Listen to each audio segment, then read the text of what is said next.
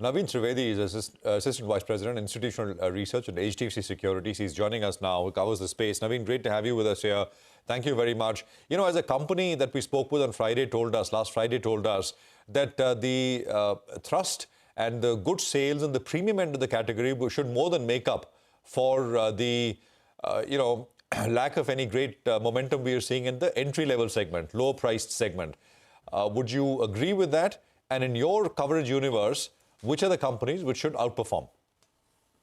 Yeah, hi, Prashant. So if you look at last, I would say 7, 8 quarters, premium sort of a segment has done really well compared to any other category within that segment. So if you compare the consumer durable side, FMCG side, premium segments have done much better than the mass segment. Of late, last 2, 3 quarters, we have seen that rural impacting the mass segment, and thereby the divergence we are finding it more towards the premium side, and mass side you are seeing more sort of deceleration is happening in the last 6 months.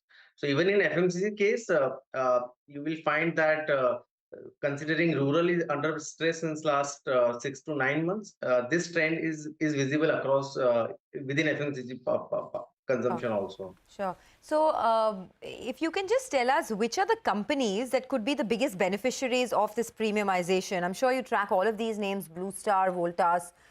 Where would your preferences lie?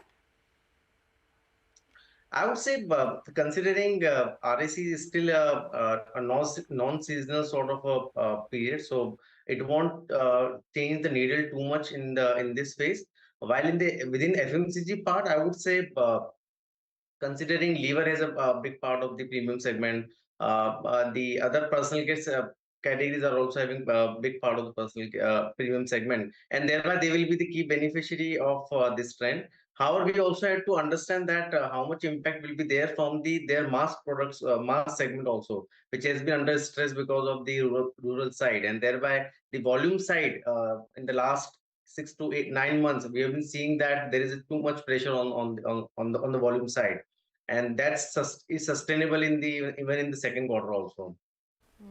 Okay, by the way, that's the new listing, Electronics Mart, doing very well. I think the issue price was around 60 rupees. The stock is now at 86 rupees, so up almost about 45%. Big bang listing coming in over there. We'll try and get you more details on that. But what are the, Naveen, what are the top stocks that you're looking at in your coverage universe now? And what are your target prices? Sure. So in our space where I cover both FMCG and durable side, within FMCG, which if you look at last 2 years, we have been underweight on the sector, and a lot of stocks if in the next last 1 year, 2 years sort of thing, they underperform to a larger index also, and there are some rallies, small rallies where they have outperformed also. So on a sustainable earning part, our take here is that maybe volume recovery will be quite gradual in the second half, but margin recovery is possible in the second half, considering there is a bit of softening on the at an aggregate sort of basket, and there is likelihood that the price cuts will be quite gradual, and thereby the margin recovery is expected to be better in the second half.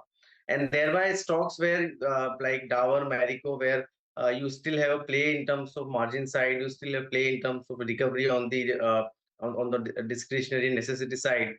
We are still preferring Dabur and Marico in our FMCG space. ITC, we have been the buy rating since last 2 years, and despite our underweight stance on the sector, we have been positive on ITC.